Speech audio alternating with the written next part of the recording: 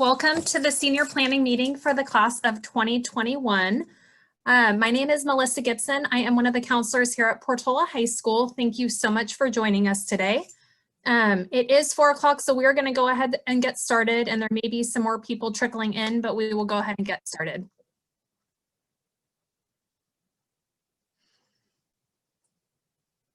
So I would like to reintroduce our counseling team to everybody today. Like I said, I am Melissa Gibson.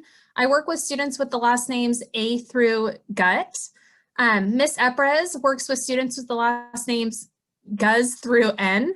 Mr. Ichon works with students with Nai through Vo. And then Miss Murphy is our new counselor added to the team. She works with students with the last name Vog through. And then we still have Shari Markowitz here, who is working for this year for IVA, working with our Portola students at IVA.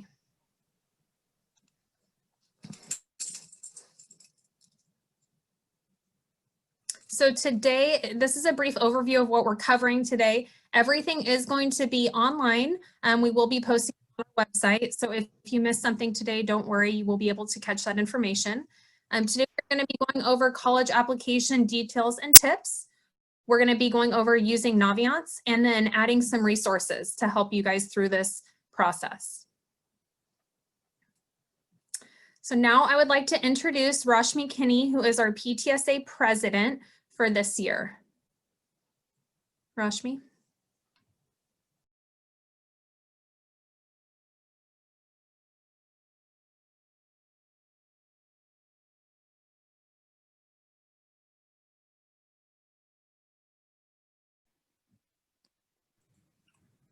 Rashmi, you're muted.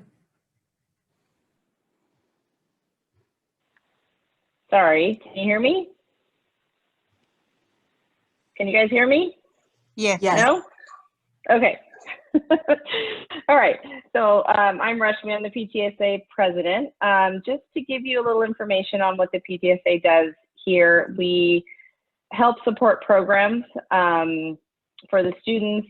Some of the things we've done in the past are emergency preparedness. We help fund things like the career lunches and student store and many of the other things that we probably, some of the things we may or may not be doing this year, depending on, you know, if we go back to school and what we can and cannot do. The one thing we are still hoping to do is grad night.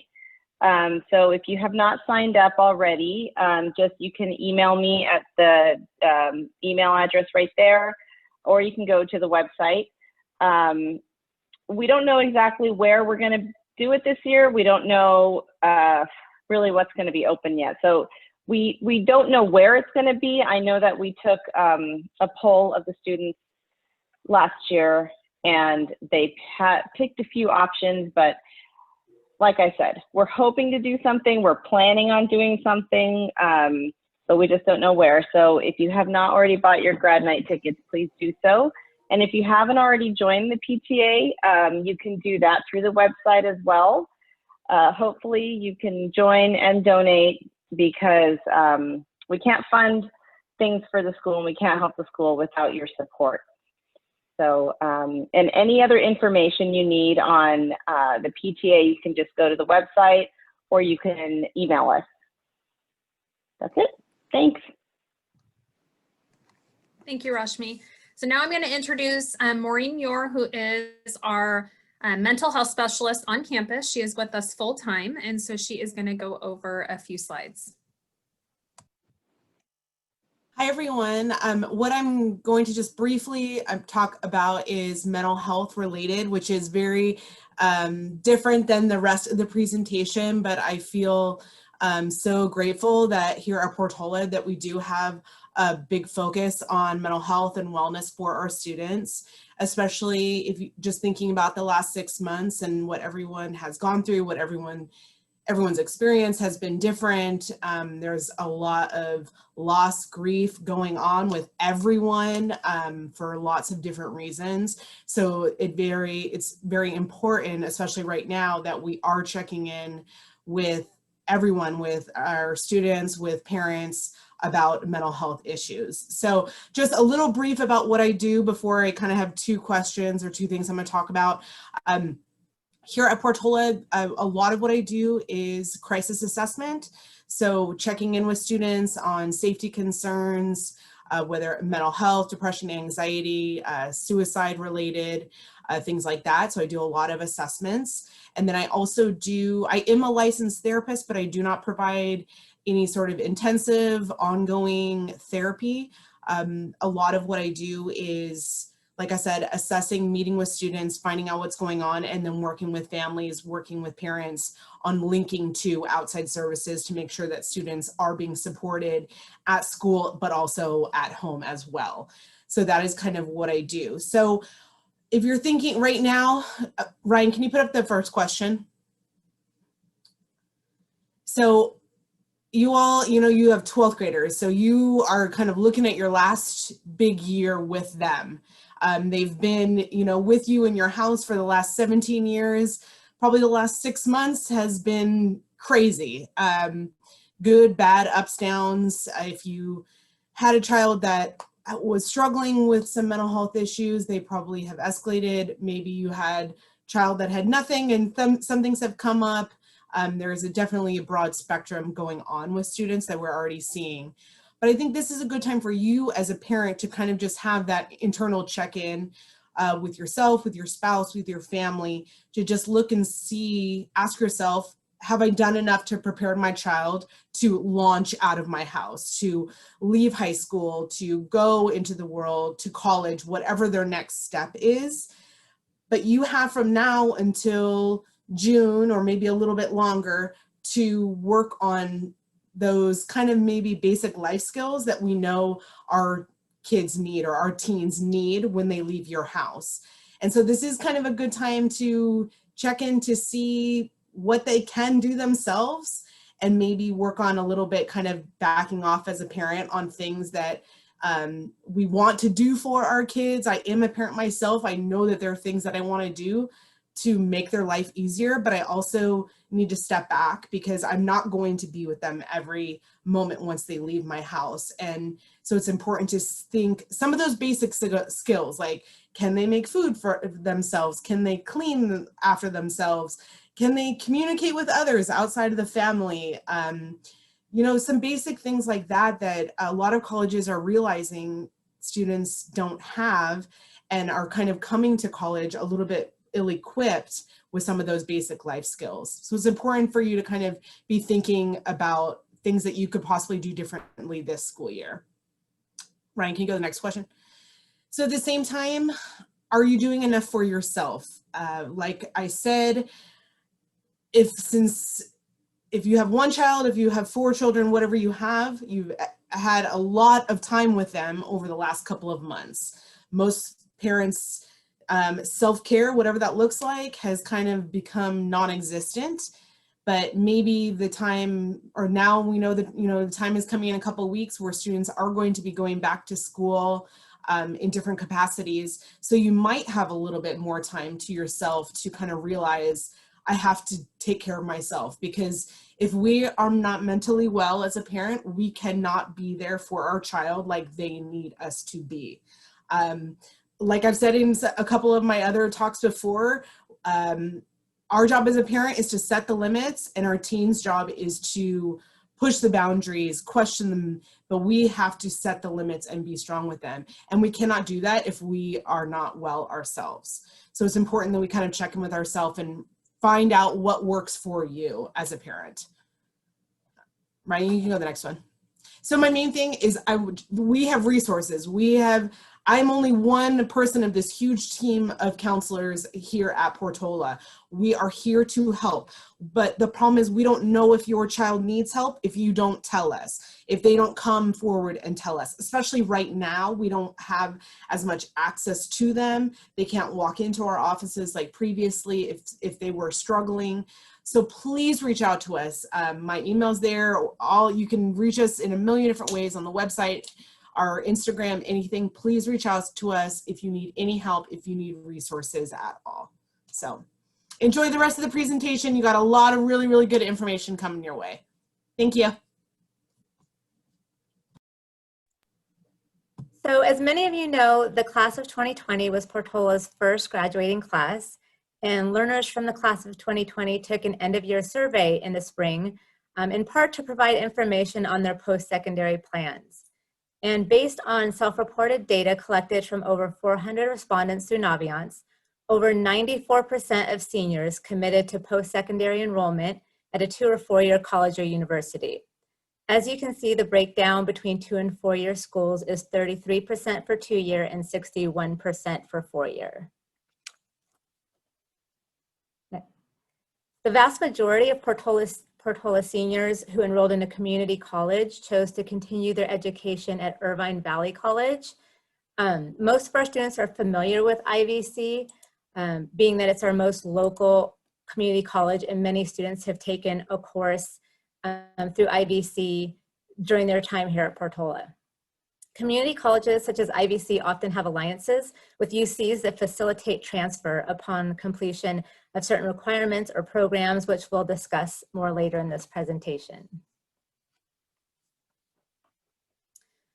Acceptance rates for fall 2020 at Cal State University show that Portola had learners apply to 9 Cal State campuses. The majority of these applications and acceptances were for the more competitive Cal Poly San Luis Obispo, San Diego State, Long Beach State, Fullerton, and Cal Poly Pomona campuses. Note that the GPA range shown here represents the cumulative unweighted GPA of students accepted.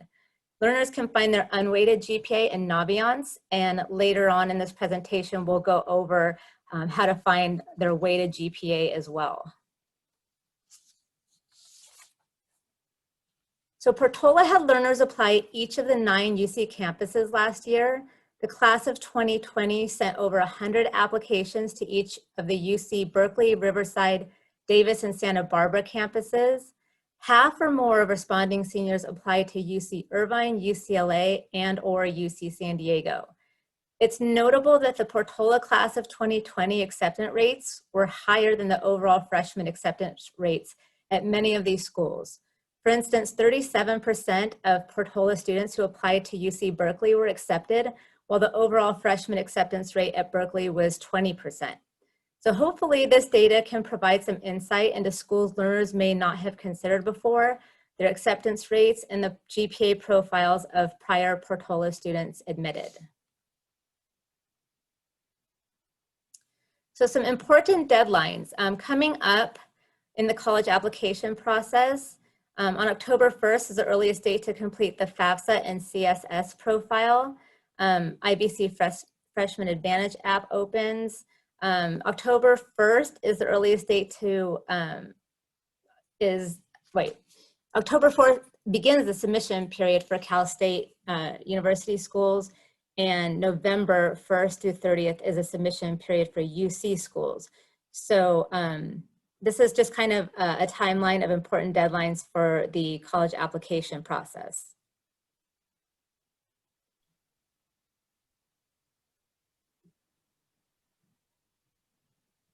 For Portola students who are attending the IUSD Virtual Academy, with regards to filling out your college applications, students will list at least 2 high schools on their applications. They're going to list Portola High School and San Joaquin High School for any time that they completed at IUSD Virtual Academy. They will not list the Virtual Academy as a school attended, and if they've attended any other high schools other than Portola or San Joaquin, they will list those as well. Please note that counselors will be working with students to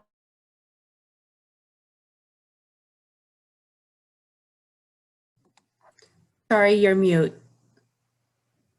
Did I just mute? Did you hear that at all, or did you hear any? Cut off for a little bit. So essentially, students that are attending the IUSD Virtual Academy will list both Portola and San Joaquin on their college applications, and we counselors will be working with students to help them complete the sections on their college applications, which are specifically related to reporting which high schools they're attending this year.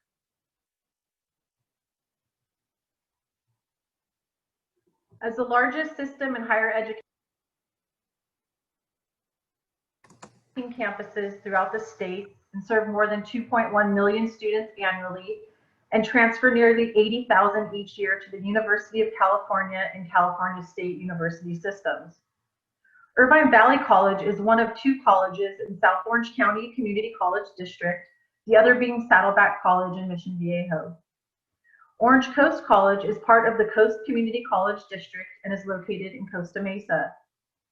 Community colleges empower students to achieve their educational goals by providing high quality and innovative programs and services leading to academic degrees, college transfers, certificates in career and technical education, basic skills, and workforce development to enable lifelong learning. The admissions criteria for community college is for students to either have a high school diploma or high school diploma equivalency or be 18 years of age or older. Please note there is no application fee to apply to community college. New students, when applying, must complete the following 8 steps in order to become an IVC student and register for their classes. If you go to IVC's website, you can see the 8 steps, and they are outlined in terms of the details of what they require for students to complete, And completing these steps can take 3 to 4 weeks, so make sure you plan ahead and follow the steps in order. It is highly suggested to apply by the priority registration deadline, which allows students to enroll in courses early before they become full.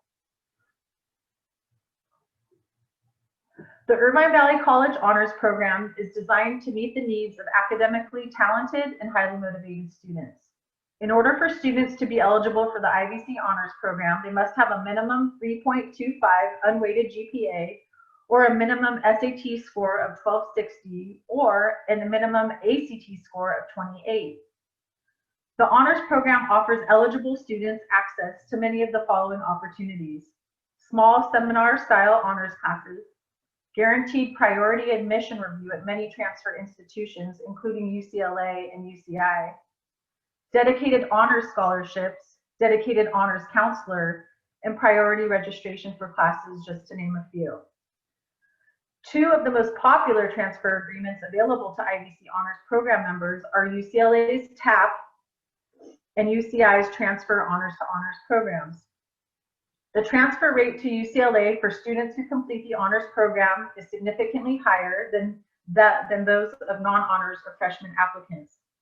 UCI's Honors to Honors program is a special transfer agreement available to students who complete the IVC Honors program in good standing and with overall transferable GPA of 3.7 and above.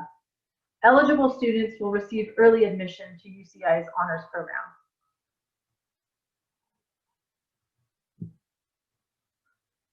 By participating in a guaranteed transfer program, aka TAG, students can ensure their admission to a specific campus such as UC Davis, UC Irvine, UC Merced, UC Riverside, UC Santa Barbara, or UC Santa Cruz. Some UC campuses offer an early review of students' academic records, early admission notification, as well as guidance. Please note, students can only tag to one UC campus, although there are a few college majors which are excluded from this.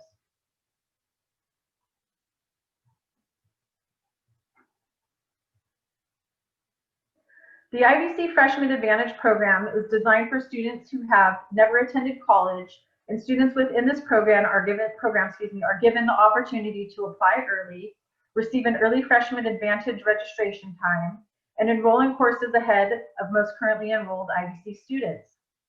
Students can start applying to this program on October 1st, and the deadline for this program is April 17th of 2021.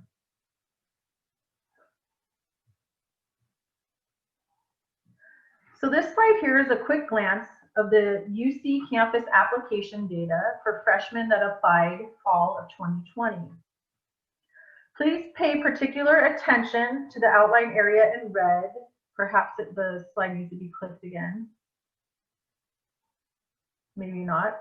Yes, there it is. Thank you. So we're going to look for this example at UC San Diego. So for all the freshman applicants who applied to UCSD, 34% of these students were admitted to this particular UC campus. The SAT range was 1280 to 1500. The ACT range was 27 to 34. And the GPA range was 4.11 to 4.29, and that's a weighted GPA.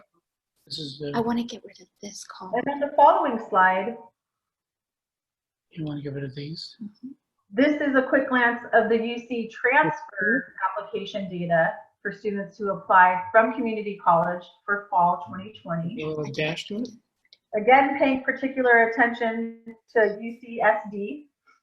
It will be highlighted in red here in a moment, or outlined in red. So for these particular applicants, 59% of these students were admitted to this particular campus. And of these students, the average GPA range was 3.48 to 3.88. And as a transfer student, the UCs will evaluate only the grades you earn in college, and they do not consider SAT or ACT scores. You do not need to take those exams to apply to UCs as a transfer student. So in comparing both slides, statistically speaking, there's a higher probability for students that transfer from a community college. There's higher probability of them getting into a UC compared to those that apply directly out of high school as a freshman. I'm confused.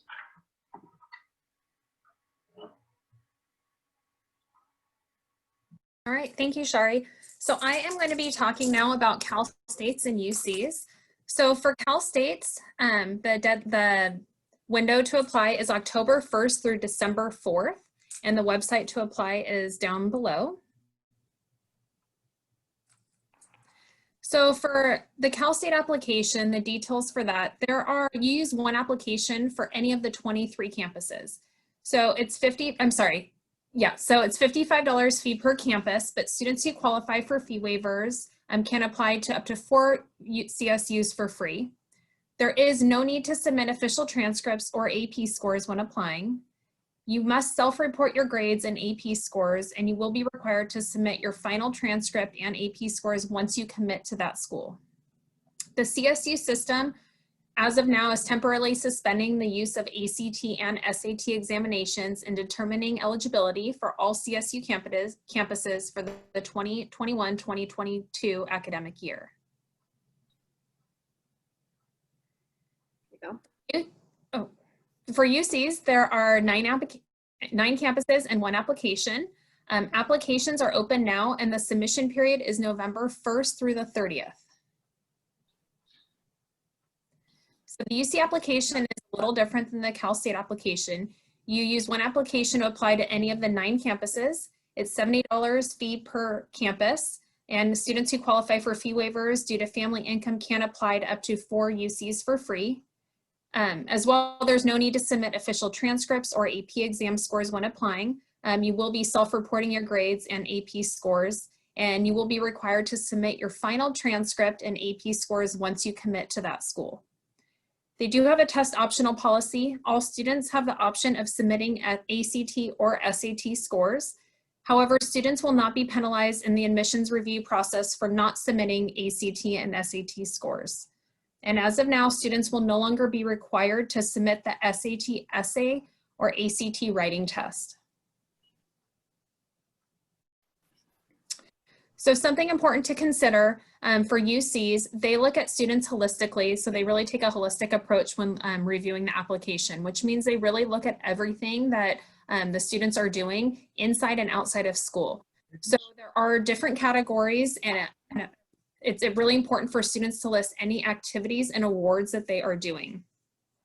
So a new update for fall 2020 applicants, entries for activities are no longer restricted by category. So you now can enter up to 20 different activities of any combination of categories. And each activity description has a 350 character limit. So right now it's important to kind of have your student take a list of everything that they're doing, any awards, any activities that they're doing, and kind of compiling that list. So some tips, use your Naviance resume as a reference for the hours per week and weeks per year you participated in an activity. Include any awards that you have received at PHS or outside of PHS, such as Top Dog, Pride Values Award, Bulldog Excellence, Innovation Award, anything that has been awarded to you. Don't save space by using abbreviations. The colleges do not know what our abbreviations stand for. So if you've volunteered for Youth Action Team, please write out Youth Action Team instead of using the abbreviation of YAT. And be specific when describing any accomplishments or recognitions. So instead of just saying raised money for charity, you want to really spell it out. So you helped raise $450 for charity or completed 100 hours of community service work.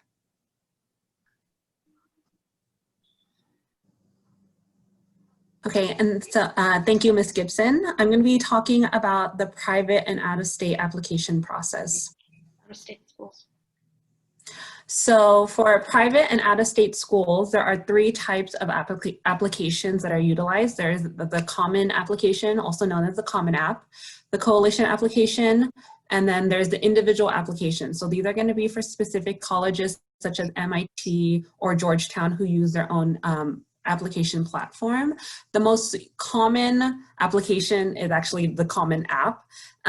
Over 800 private schools utilize it. And then the Coalition App, which is a little bit newer, over 140 schools use that. So just keep in mind which colleges you're applying to and what application they're using. A big difference with the private and out-of-state schools is that most private schools are going to require a letter of recommendation from their counselor and their teachers. Again, not all schools use it, but it's best to check which colleges determine if they require it or not. At the time of submitting your application, you are going to be submitting your transcript as well. If you are using the Common App or the Coalition application, you do not need to submit a transcript for yourself. We will be taking care of that. But if you are using an individual application, I'll further explain the use of parchment to send your transcript. And then like the UCs and the Cal States, the SAT and the ACT by most private schools is test optional. So it's really important that you look up the school's specific requirements when it comes to standardized test. And again, an essay is going to be required, followed by a supplemental essay depending on the college. Okay, so this is some helpful information for the learners for the Common App information under the grades tab of the education section. They're going to need our Portola High School CEEB code. We have approximately 430 students graduating this year. We do not report class ranking. When reporting your GPA, learners are going to be using their cumulative GPA weighted 9 through 12 GPA. We do use a GPA scale of 4, and again, we're using the weighted GPA. Okay, so when it comes to inviting recommenders, this here is just a guideline of how to invite your counselor recommender, your teacher's recommenders, or other recommenders. Please keep in mind that we want our learners to waive the rights to review recommendations and supporting documents. And once they've confirmed with their teachers and counselors that they will write their letter of recommendation, they can go ahead and invite their recommenders on their applications. If they have other recommenders in mind besides their counselors and their teachers, there's also an other section that's available for them. So it can either be a coach, an employer, clergy, or arts teachers, basically anyone that is not a family member and that's going to speak to the best of their ability. Ilana. All right, and so there's some parent information that your learner is may need for their application, such as your occupation, job title. So just to be helpful when your students are filling out the application, they may come to you asking for some of your information. Okay, so application deadlines. So again, private schools, they all have their own types of application deadlines. It's going to range from the regular decisions, which is the standard deadline, which typically happens in the January timeframe. We have then the rolling application deadline. So this is when the student is going to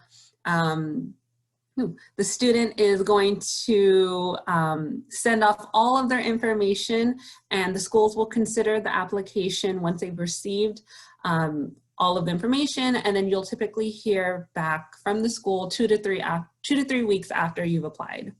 And then when it comes to the early action, restrictive early action, and early decision. So early action is considered non-binding, meaning if you receive admissions to this school, you are not required to attend. Whereas the restrictive early action, again, it's a non-binding deadline. However, you cannot apply to early action or early decision to any other school if you choose one school to do restrictive early action.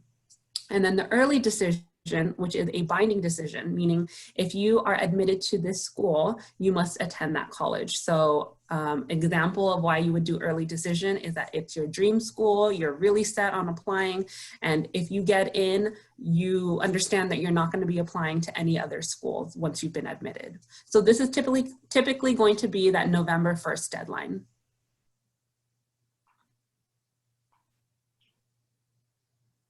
Okay, so just a few letter of recommendation reminders. Again, the UC and the Cal States do not require letter of recommendations, but most private schools do. If your learner's counselor has changed this year due to the school year's alpha changing, you may request a letter from your previous counselor last year. Just make sure you indicate when requesting which counselor you'd like to write a letter from. And then keep in mind how many letters of recs you need, and be sure to ask your recommenders several weeks before your first deadline. Okay, best practice is to reach out to them right now if you already know. Okay, so this here, the recommendation process for teachers, completing the Google form for letter of recommendation that can be found on our website, and then following up with that teacher via email, asking if they'll write you a letter of recommendation. Okay, now the recommendation process for counselors is a lot different. Everything's going to be done on Naviance. The first thing you're going to need to do is finalize your college list, as well as updating your resume with activities, awards, and accomplishments. Like Ms. Gibson said, this is going to be very helpful when you're applying to these colleges because you'll kind of have all of your information on one page. And then next step is to complete the PHS letter of recommendation survey. Best practice would be to be as detailed as you can. The more information that you can share with us as counselors, the better it is to help us write a stellar recommendation for you. After that, you're going to email Mrs. Seward, our counseling clerk, that you completed all the steps, and then we'll go ahead and get your letter started. Okay, so the window to ask for a letter of recommendation from the counselor has already opened September 3rd, and it closes October 1st. So it's very important that your learners have decided where they're going to be applying to, whether they need a counselor letter of rec, and so that they can get the process started. Okay, so submitting transcripts. Like I mentioned earlier, if your learner is using Common Application or Coalition Application, they do not need to submit their transcript via parchment. This is only going to be for individual applications, like I mentioned, MIT or Georgetown. And then with the UC and the Cal States, you'll be using parchment at the end of the year once you've committed to a specific school. Also keep in mind to submit separate transcripts from outside courses such as IVC or any online programs that you've taken. Okay, and then like I mentioned, please be sure to look up the school's policies on the SAT or ACT. A lot of them are test optional, but if they are still accepting SAT or ACT scores, you're going to be submitting them through the official testing agency in the links right here shown to you. Okay. And then lastly, this is a nice little matrix grid for you, kind of gives you the differences, but it gives you the major differences between the Cal State applications, the UC applications, and then the private out-of-state applications. You can see the different essays, transcripts, and recommendations.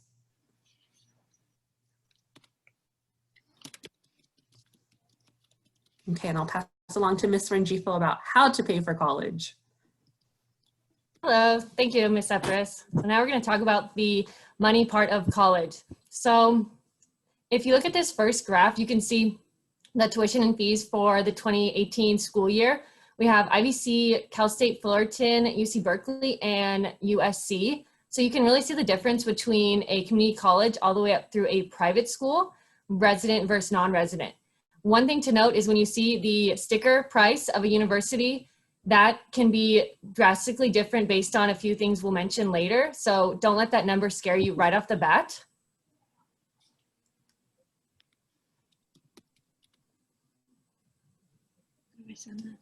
All right, so this is an example for a Cal State, so San Diego State University from 2 school years ago.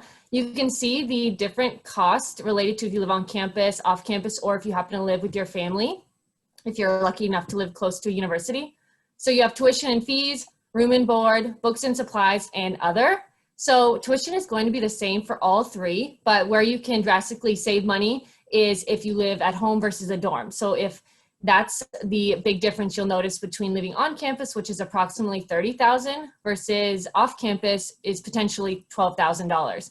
So this is just to give you a little bit of an insight of kind of where you're going to spend your money when your student does go to college. But that's the variance, right? Versus going to a. So another way to look at it is if you compare different systems, for example, we have Cal States, UCs, and private schools.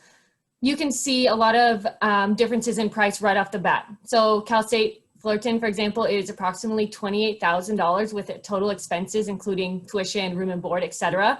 UC Berkeley, approximately $38,000, and Stanford University, approximately $71,000. So those numbers, although very high, they can be affected greatly based on the average scholarship or grant money you might receive. So when you look at Cal State Fullerton's average grant money awarded to students, it's approximately $8,000.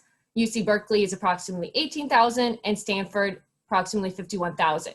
So once you compare the amount of initial tuition versus the amount of financial aid, grants, et cetera, that you might potentially receive, the cost actually might be very similar. 51,000.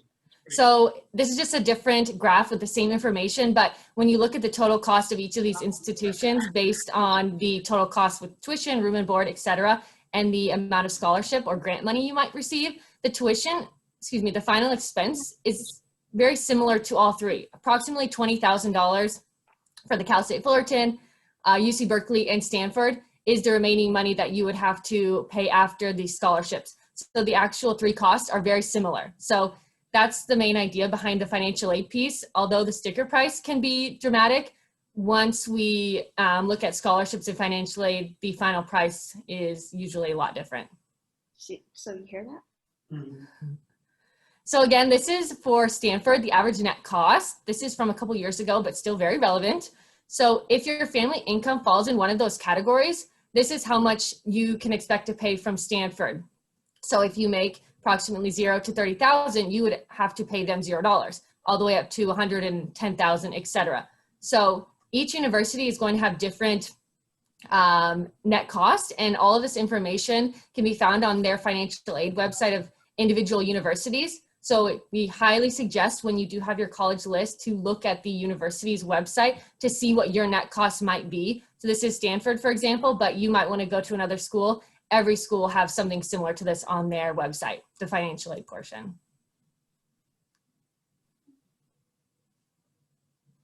All right, so some fun tips on how to help you pay for college. So again, using that net price calculator, which is located on the financial aid page of every university. So again, that's why we really suggest having your list of, all of your schools, so that way we can help you either look on the website yourself, you can email with a financial aid advisor from that university to see how much you potentially might have to pay. Reminder, it's a guesstimate. So what is on that net price calculator website is just an overview. And then also completing the FAFSA, which we mentioned the deadlines, they start October 1st and go through March. Again, the FAFSA and CSS profiles are going to be utilized for scholarships, financial aid, etc. And then to visit our PHS website for scholarships from the local area. We advertise on our website as well as other various means if we have any local scholarships coming up.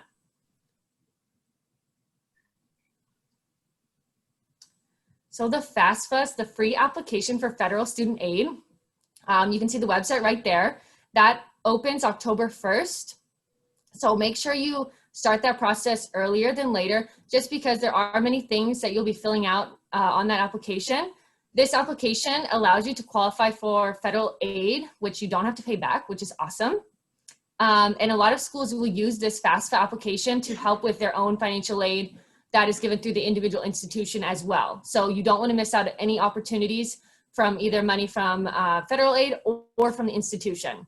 So again, it opens October 1st, and then the deadline is through June 30th. But again, it's first come, first serve for some programs. So make sure you start that process soon. So that way, if you do have questions, you need to get any information such as financial records, you have ample time to make sure you fill it out correctly.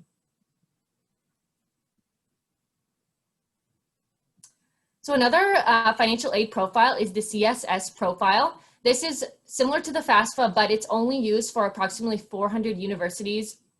And the university will let you know if they require this instead of just the FAFSA. So when you're looking at applying, they will let you know which application. So again, it helps with non-federal aid. Approximately 400 schools will use this to help with their scholarships and financial aid.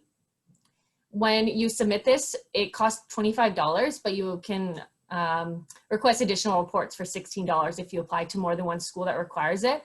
The application opens October 1st. And again, make sure you check with your universities that you're applying to because not all schools do require it. So we don't want you to submit it if you don't need to. And if you do, make sure you submit it. All right, so we have a lot of awesome things coming up in the next few weeks / months for college and career related events. So speaking of money, we have a financial aid night on September 24th. That is at 6 p.m. and we will be sending out more information so that way you can mark your calendar with the Zoom link. So that will go in way more detail on how to navigate all the financial aid aspects of applying to college. November 17th is IVC night. Like we mentioned, it's our local community college, so we do a lot of activities with IVC, but this is a great night, even if you're considering any community college, highlighting all of the different programs they offer, how to transfer, new programs that allow you to go to school for free. That again will be on Zoom, and we will send you the information shortly on that. We have college representative visits on our campus. Normally they are on campus, but this year we have transitioned to virtual visits. And this year alone, we have approximately 60 already scheduled. We have UCs, we have Cal States, private schools from California, all throughout the country, even international schools.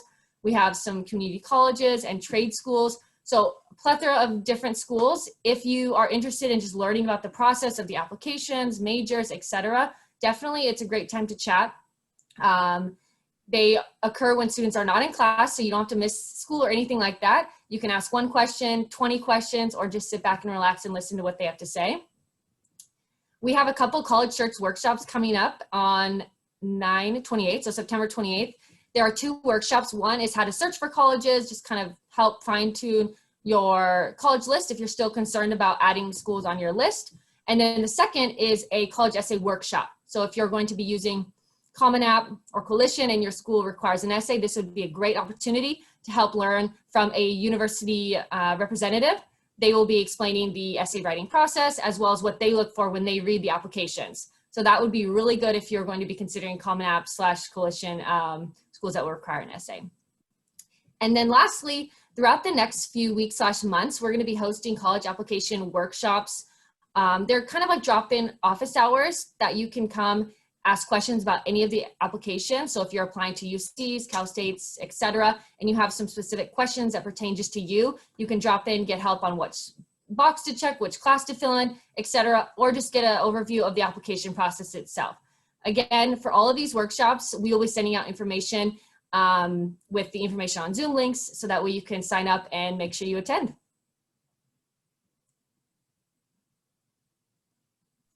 Okay, good evening, everyone.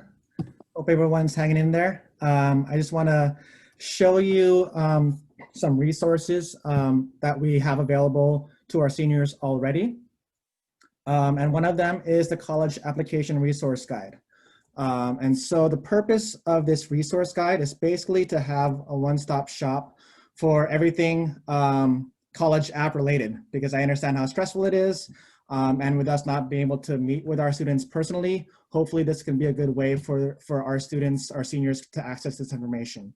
So as you can see, the very overview page, our parents can also check this out too. So you're welcome to view this as well. So as you can see, this is a list that Ms. Rengifo mentioned of all the colleges who are doing virtual visits. I highly encourage your students, if they're interested, to participate, because a lot of times these people that are doing the virtual visits are admissions readers who are the first pair of eyes on your student's application, especially if they're coming from out of state. A lot of these out of state schools have regional representatives that are specifically for the OC or for California that are the point person that your students will need to get to know. Also on here is not only the college visits, but the college essay workshop that Ms. Rengifo mentioned, as well as our IUSD financial aid night. So this is kind of the overview calendar for you. Next is our application timeline. Okay, so you can kind of see what to do when, all right, and all the different dates and deadlines and links to each of the different profiles or letter of recommendation. We want to make this process as easy and as stress-free for you guys as possible. And based off of the questions our seniors last year asked, here's a FAQ. Okay, so you know, here's some of the frequently asked questions we get from them. And then regarding the four-year college information, transcript requests, financial aid, if your child's question isn't addressed on here, what you can do is click on this Google form, and then all the student has to do is fill this out, put in their question, put in their email address, and Mr. Ngifo will go ahead and respond to that email addressing their question. And if it's a common question that we're continually getting, then we can go ahead and add it to the main FAQ page. So this hopefully will be your main hub for all the questions that you have or that you need. And then as you can see, it's pretty comprehensive. You can go ahead and look at our community college information with our links to our Freshman Advantage and Honors Program, and direct links to the admission sites of each of these community colleges, the Cal States. In terms of the submission deadlines, the action steps, the direct links to the Cal State Apply website, UCs, private and out of state. Come on, come on. All right, so you can see, right, the links for the Coalition app and Coalition and Common App, which we discussed previously, as well as the information that your students will need when filling out their applications, as well as the confusing part, which is reporting their courses and grades, because we understand that students have taken not only Portola classes, but also community college classes, and how do I report my senior year courses? Hopefully that all could be answered through this video, and it'll show you the timeline of what is covered when. The letter of rec process. So once again, the letter of rec process is open now. So your students need to be on the ball with regards to asking letters from their teachers as well as their counselors. Please make sure that your students complete every single part of the process. As Ms. Epres mentioned, you know, the more thorough your student is with writing about themselves, the better letter they will get from us. And they can go ahead and email Ms. Seward. And then if they have any questions about inviting the teachers and counselor on to the Common App, here's a handy video from the Common App, which tells them how exactly to invite us. Naviance is an excellent tool, which I'm glad we were able to renew for the next 5 years, because this basically kind of gives you an overview of how to do every single part of the Naviance process, including logging in, as well as accessing all the different resources we have for your students to not only figure out, okay, what are my chances of getting in, adding college they're applying to, but also how do I request or how do I fill out the recommendation survey, or how do I register for a college visit? So once again, it's super comprehensive. And the last part of this college app resource guide is the college essays.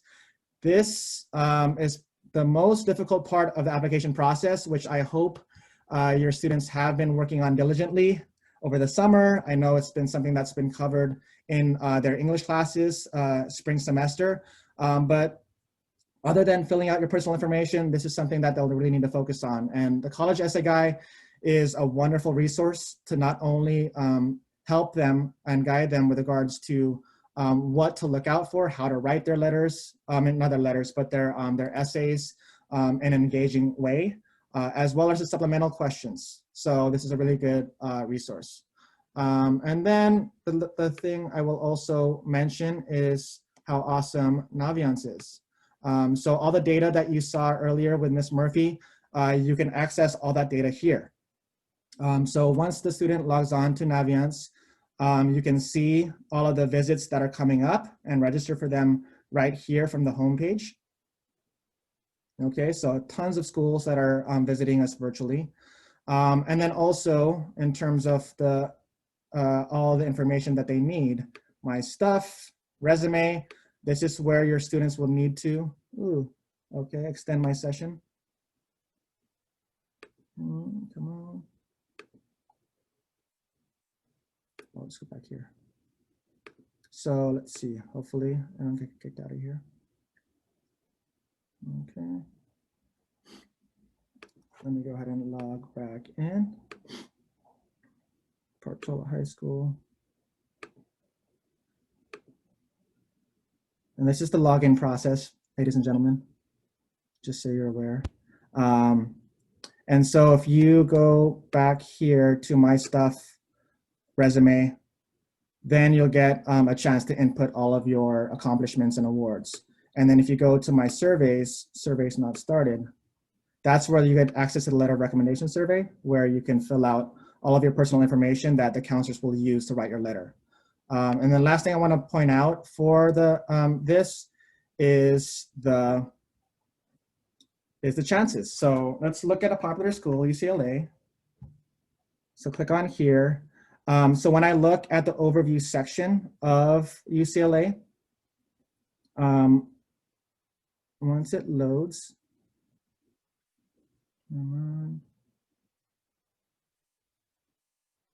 I can then get a sense for the statistics, average net price, as well as what are my chances of getting in. So I know at the very beginning of our presentation, we talked about the unweighted GPA, but if you click on here, you can also get data on the weighted GPA of students that were accepted to UCLA, which you can see is obviously different, as well as the SAT and ACT scores. On the admissions section, this is the really cool part in that it shows you data on how many applied, how many got accepted from our school, and how many ended up enrolling for the class of 2020. And what's also cool is our scattergram. This will give you data on where you stand.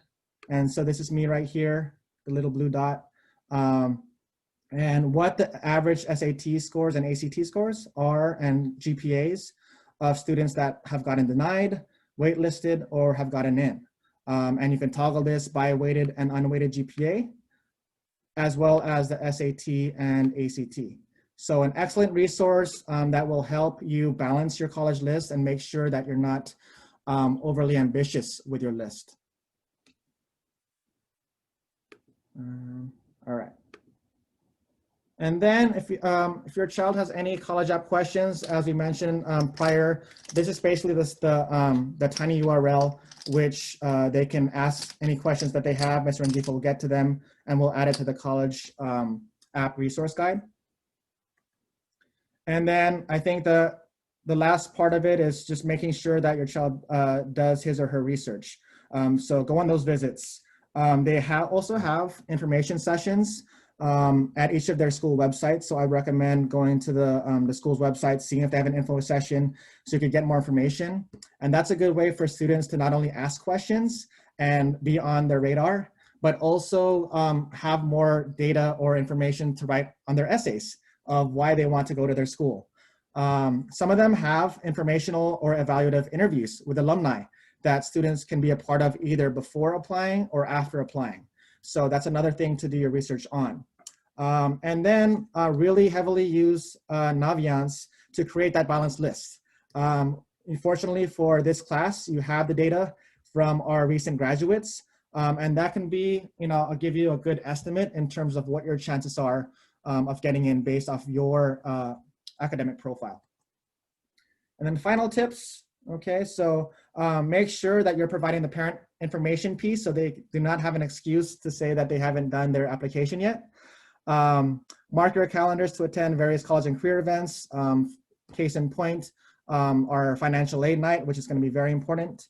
And then also just listen to them. I know, I think, in asking all of our juniors what they're most stressed out about, it's about this process.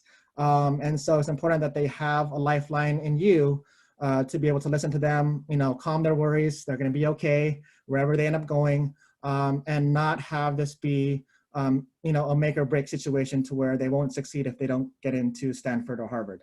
And that, really the focus is on being successful wherever they get accepted. And lastly, go ahead and feel free to contact us as well, the counselors, Ms. Rangifo, Ms. Moyer, for any college-related, academic, personal, social questions. This is what we're here for. So just make sure to not hesitate and reach out to us so we can help. And then if you have any questions, I know we're running up into 5 o'clock, and I know you probably have tons more questions even after this. Please know that we are gonna send this recording out to you to review later on. And we also have this QR code as well as the FAQ for our students. So with that said, thank you very much. We will also have a transcript of all the questions that were also put in the chat. I apologize, we can't get to every single question, but we will be sure to review them and also put them on our College App Resource Guide as well, so your questions can be answered.